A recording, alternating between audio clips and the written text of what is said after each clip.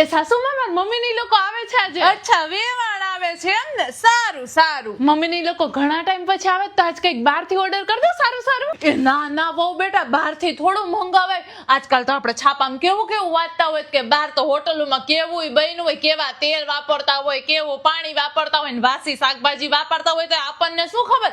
તાર મમ્મી આવે તો એવું થોડું ખવડાવાય કે બીમાર પડે તો માર વેવાણ એમ કરતા જા તું જ બનાવી નાખ, ઘરનું જમે ઈ જ સારું બનાવી નાખ, જા માર બેટા. ભલે સાસુમાં.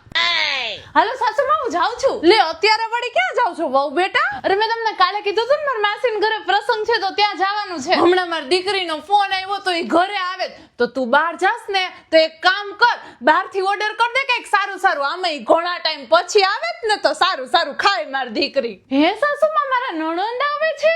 એ પણ નાના સાસુમાં બહારથી થોડી ઓર્ડર કરાય.